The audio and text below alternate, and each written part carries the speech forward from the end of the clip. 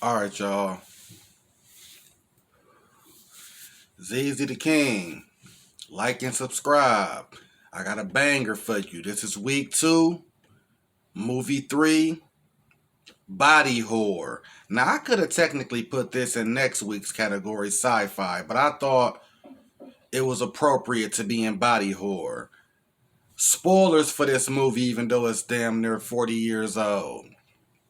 If you've seen the thumbnail, you know what it is. The great, iconic, legendary Exorcist.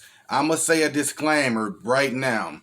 When it comes to Exorcist of Emily Rose, the possessions, all Exorcist type movies, you know what I'm saying? Like The Conjuring, The Hereditary. All of this stems from this movie from 1973. Excuse me. And I'm gonna say something real quick, because sometimes I don't do it, sometimes I do. This budget wasn't cheap for 1973. A $12 million budget back then would probably be 30 million today's, maybe more, 50 million. My point is, they put a lot of damn money into this movie, and you see why for some of the special effects, some of the groundbreaking digitized things you see in the movie. No CGI or nothing like that, but some of the animatronics and stuff I'm gonna get to later, you see where the 12 million, it went to work at its best. You see it now, a Marvel movie, the budget 100 million, they expect to make 1 billion or 500 million. The point is, you looking at the special effects and CGI like, that's 100 million? This was 12 million, and they stretched that shit to the limit. But the profit margin was so fucking astonishing, you would be crazy to think this wasn't going to be a franchise. They made 441 million. Box office smash, legendary. And this is a horror movie. This is one of the few movies, I think, besides Silence of the Lamb, to get nominated for Oscars and stuff. I know Silence of the Lamb, they won Best Actor. Clarice character won Best Supporting Actor. Anthony Hopkins, everything. They won a lot for Silence of the Lamb because people didn't view it as a horror movie. This is a movie that's in that ballpark where even the Oscars voters viewed this as beyond a horror movie. Now let me get to the cast real quick. I'm kind of lackadaisical when it comes to cast, because a cast can have 15 people that's on screen, but 4 or 5 of them that you see throughout the movie. And that's how I look at a cast. If it's a side character, I mention them throughout my review. But far as who the movie is sold on, I don't go through every cast member, even if they got several scenes. I go through the A plot of the cast, not the B and C plot. So we kicking this off with Linda Blair. And that, to be honest, her name sounds scary to me. It's so iconic in the legendary stories that come out this movie that I'm going to get to. But she's Regan McNeil. Nice, young, innocent young lady. We got Ellen Birkenstein as Chris McNeil. That's her mother. We got Jason Miller. That's Father Carol's. And then we got the great Max von Sydow as the priest. Lancaster Morin. That's the other priest. I'm going to basically call them Father Caros and Father Morin throughout the review, because that's what they are. They are priests, and Father Morin is an exorcist specialist. So the movie kicks off with Father Morin on a sabbatical, basically. I think he in Egypt or Jerusalem. He just on a sabbatical, and he sees some holy matrimony type of stuff. Like he see like Satans or demons, and then he see a vicious dog fight down the road. So it's like the spirit in him is heavy, and when the spirit heavy, devils and demons try to get you out the way first, because they know you a potential threat to stopping them in their ultimate, you know what I'm saying, poltergeist, exorcist lifestyle. So we kicked the movie off.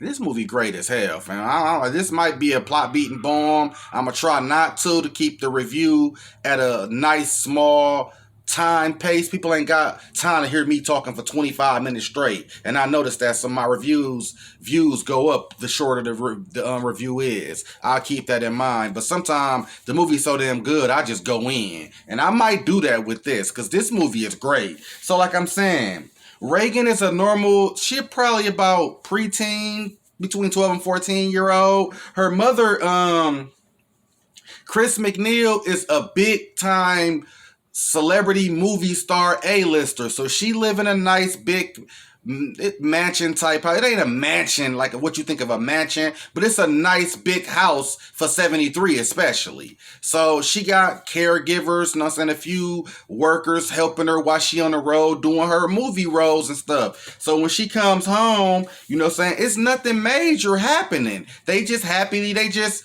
showing you the precursors of what's happening. Like, you see she a workaholic independent mother. You see Reagan is a normal young lady. Then you see Father Karros is kind of shunned at the church, the Catholic Church, because he became a semi non-believer because his mom went through a lot of sickness. He had a lot of like mommy issues, unlike, you know what I'm saying, ain't no unlike nothing. I don't know why that came from, but he just got some mommy issues, and he feel guilty from his mom's death because I think he left her in a nursing home and he didn't visit her a lot. And sometimes he get visions and premonitions. He might hear her voice out of nowhere. I think it's the demons, but it could also be, like they say, the demons in your head. This literally and figuratively. Excuse me. When they say get the demons out your head, that's a cliche comment. Excuse me. But for this movie, it's very prevalent because demons and demonic spirits is the essence of this movie. So, like I said, that's the breakdown of what's going on. It's introducing you to these four characters. They personalities, how they get down, what they like, what they dislike, what you should expect. Like I always say, this is the first 30 minutes, 40 minutes. You know what I'm saying? That's when the girl come home from school or something. Like I said, I'm not going to go through every plot beating boom. She comes home from school one day, and I think she just feeling like under the weather. This is like stage one of the Exorcist process. It start making you feel bad. Not bad, but it start making you feel sick, under the weather. It wants you to be a stationary target to isolate you. It do this in all movies. But this is the movie, the Jaws of the possession movies, where it's the standard plot beating bomb to all the movies followed after. This is the first sign of the possession. So she started having headaches, being sick, nauseous. Her mother is out of town a lot doing her movie roles and stuff. So when she come in, she give her 1,000% attention and filling her head. She tell the workers to, y'all take the night off. This my baby. I'ma do the motherly duty. She taking care of her. So this is like a few scenes we see in this. But now Reagan start to get smoke break. My mama told me when she watched the last video, like, stop announcing smoke break. Just take the damn break and shut the fuck up. And she right. I ain't got to say it. You see I'm smoking anyway. But anyways, she started getting violent now. Because now the possession, they picked the target. A pure, innocent soul of Christ. Step one is complete. They making her attitude change. She lashing out at her mom. She start taking her to doctor's appointments, seeing what the hell wrong with her. Her demeanor changed. Her attitude changed. She meaner. She's self-hurting herself. Scratching, slapping, banging her head. Self-mutilation. You know what I'm saying? All that kind of stuff. The demons is working. So she got her, like I said, I keep saying this and saying it. Her mom is a high-profile A-list actor. So she giving her the best doctors, the best attention, psychoanalysis, CTE scans, everything you could figure out to try to figure out what's wrong with this child. All the doctors saying her sick, her signs, her vitals, everything say she normally healthy. She's straight. She gets second, third, fourth, fifth opinion. And now the movie is progression. She's starting to like, school is out. She ain't going to school no more. Like, her face is starting to like deteriorate. This is where I put it in the body horror. When you see Linda Blair before and after the makeup effect, far as I say makeup effect, but as far as the Exorcist taking the demon taking a hold of her body, from beginning to end is why I put this in body horror instead of the sci-fi horror that I'm doing next week. They fuck her up. When I said yesterday, the Fly went from Jeff Goldblum to a Fly, this was 10 times worser. Like, oh my God, like her face became like the Thriller. Remember the Michael Jackson video, Thriller, how the zombie faces look? It was just looking like rot, like a corpse. It was all like scratched and scarred, and her arms and hands was cut. So now at this point, because I don't want to get too much ahead of myself, but the progression is happening. Like, Chris have a night, like she have a good day where Reagan is still fucked up, but she ain't as violent. The bed ain't jumping. She ain't telekinetic, making stuff fly against the wall. She would have just a normal day where she just out of it. So the mom feel like this was a good day compared to how all the days been and the weeks been happening. So she invited a few friends over. Both the father, Carol's and Morin, are in attendance. They like, yeah, they talking, having their little drinks. It's like a social gathering. That's when Reagan come downstairs. I don't feel well. And she sound like a demon. I tried to do the voice. And then she just started pissing. She got her little nightgown on. Start pissing on the floor in front of all of the guests. Not only is this embarrassing if it's family, these are the socialites of the town. So it's even more embarrassing to Miss McNeil, her mother. So she grabbed her like, I'm so sorry, she's not well. Then at the end of the night, the skin cut out to her, putting her in bed, washing her up. She ain't yelling at her or nothing. She know her baby fucked up. Lay her down.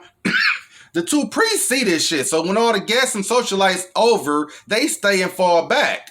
They talk to her like, yeah, man, we know you done got all the medical attention. You spent a lot of thousands of dollars trying to find out. She like, yes, Father. Everybody's saying she healthy. Excuse me. I don't know what's wrong. Like, it's out of my hands. And he was like, no, it's not out of your hands. No, I don't think he said, yes, it is out of your hands. It's in the Lord's hand. I think she's the first person that I done came across that's a perfect candidate for a potential exorcism. But I got to go through the Catholic Church and see if I can get the okays from, the Pope and the Grand Marshal and the priest, whatever the high name is. You know what it is. So he go to them. He states all the evidence from weeks and weeks, probably a month or two of evidence of Reagan's deterioration from a normal school child to an angry, potentially possessed child. So as he giving the information, they like, yeah, we can okay this. But the bad part is we can't okay it with your ass. We gonna get Father Morin. He's the older fully devoted priest that they trust more than the Damon Carroll's character, Father Carroll's. So they like, you can assist him. He OG older and he done an exorcist before. So they go to the house. The demon get the fucking with them instantly. Like, yeah. It start presenting itself, talking to him. Fuck you. I'm not doing this. It start writing, help me on her arms. I don't know if this is Reagan doing it from the inside or is the demons just taunting them. They holy water in it and she like, stop. All the legendary scenes are basically happening. They holy water, the throw up scene, the head spinning around the neck, the bed popping, jumping, like she spits at them, she slaps them without touching them, she scratch them when they come in her vicinity, present yourself, like they get close, put their hands in her, holy water in her, holy water in the head, the other one just like, present yourself. The demon is in so much pain, you hear it, like the sound effects in the music department killed this, because this shit sounds so scary, realistic, demonic. They like, like, if you hear it, man, I'm telling you, it's perfect. You like, shit. God damn. This is deep as hell. So, They have a few rounds with Reagan and the demons, know what I'm saying? Before the climax scene, like I said, I'm skipping some scenes, some great scenes. Let the power protect you. Let the power protect you. It's some great scenes that I ain't saying that happen. You got to check the movie out because it's highly recommended. But the final climax, they like, the preacher and them like, man, y'all been doing this shit for like a month, no results. I'm going to give y'all one more go, and you know what I'm saying? I'm going to have to maybe assign some new people to the case. They know this is the last showdown, or they finna get off the case, and new Exorcist people gon' either take it over, or they just gonna say, fuck it, leave it alone completely. I don't know how that's gonna work, just letting the demon win, whatever. So they go there. They got their holy water, they got their crosses, they got their robes, they got their belief, everything that they need to, like, we going in. This is it. Either it's an L or it's a victory tonight. They fighting the demons. They putting all their God power, all the Catholics' priest power in them. Then the demon started showing Carol's his mother and visions. He started going crazy. He trying to attack Reagan. Like, this is the girl. You can't kill the body. So he like, chill out. Like, yeah, you OC as fuck right now. Let me handle this a little. Let you calm down. Go have some water with the mom.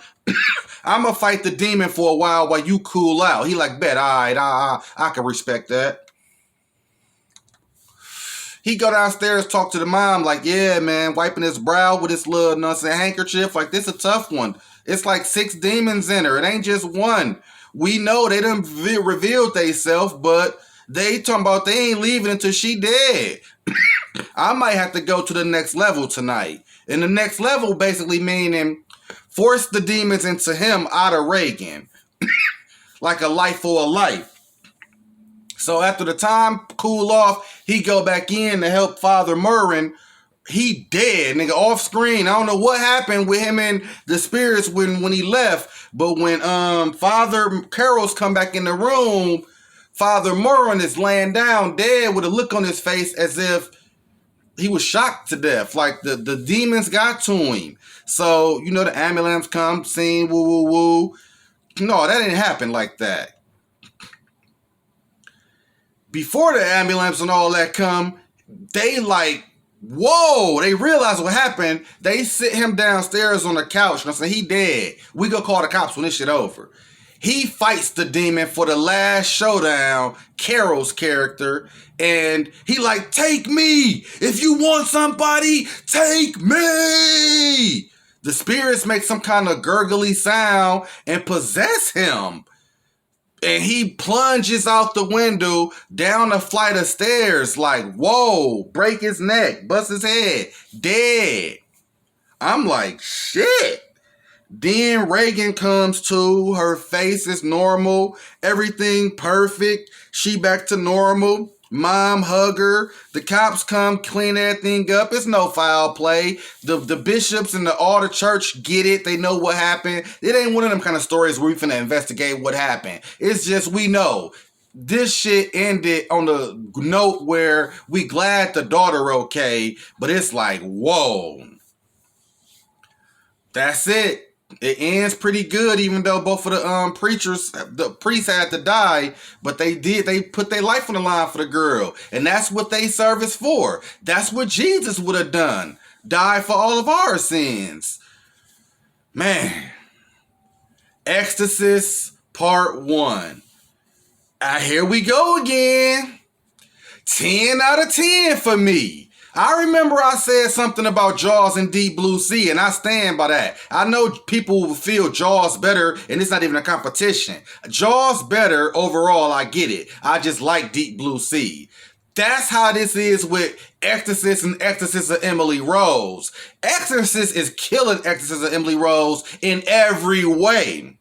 I just got an affinity for Exorcist of Emily Rose because for some reason it scared me. And I was about a young 17 to 20-year-old age range when it came out. And that impressed me. But Exorcist of Emily Rose or Exorcist, I'm taking Exorcist all day. Now, if you said Deep Blue Sea and Jaws, I'm picking Deep Blue Sea. But this 10 out of 10, clearly, where Exorcist of Emily Rose is a 6 at best. And other people might give it a 3. Overall, I'm just setting the record straight with how I feel, because I said this might be controversial. I like Exorcist Emily Rose over this. But after rewatching and reviewing it and getting my mind right, hell no. This is clearly back at the top where it should have never had a chance of being dethroned by Exorcist Emily Rose. That's a distant 2 for me. 10 out of 10. ZZ the King, like and subscribe. We'll be back with another one. Tomorrow, I got something serious. I'm out.